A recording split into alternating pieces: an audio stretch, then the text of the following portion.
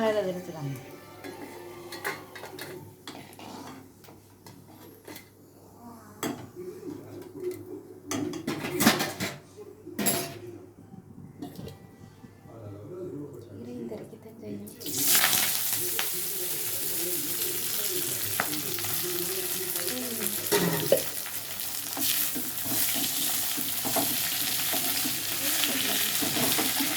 முருங்கைக்கீரை, வரமிளகா ரெண்டையும் எண்ணெயில் கரைச்சி எடுக்கிறேங்க.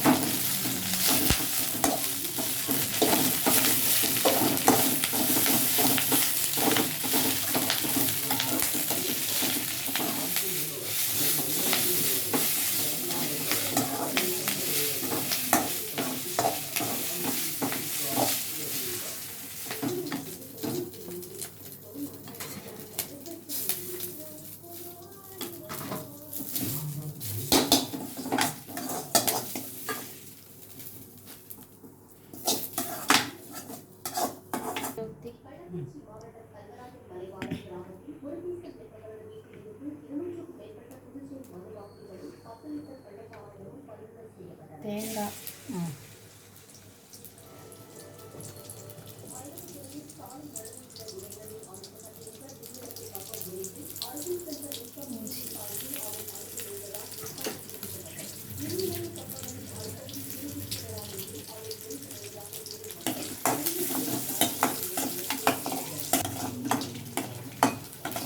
தேங்காயும் இஞ்சியும் வதக்கி எடுத்துக்கிடணும்.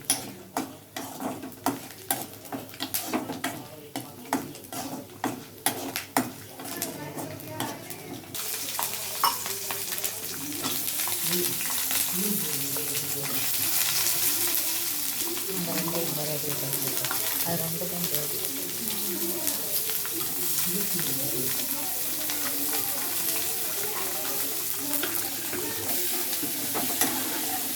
பெரிய வெங்காயம் போட்டு வதக்கிடணும். கடைசியில் செய்முறை சொல்லிடுவோம்.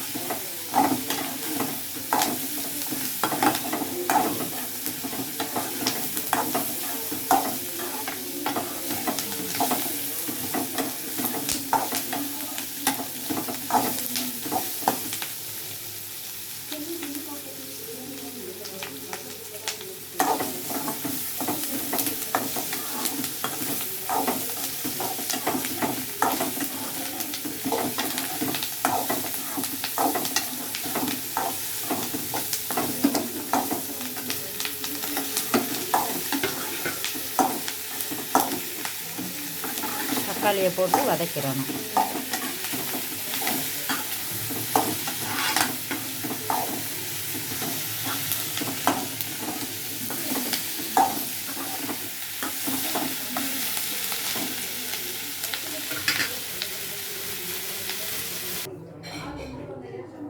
இந்த அளவுக்கு இது வதங்கினது போதும்.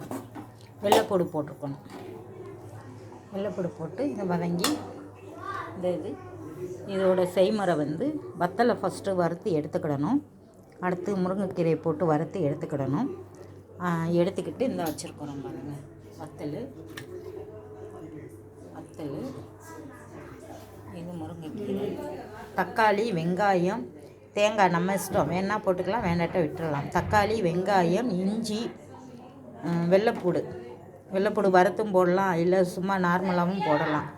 தக்காளி போட்டு இது எல்லாம் சேர்த்து ஒன்று போல் வறுத்து பாருங்கள். இது ஆரவும் அரைச்சி உப்பு போட்டு அரைச்சி இட்லிக்கு வச்சுக்கலாம், தோசைக்கு வச்சுக்கலாம்.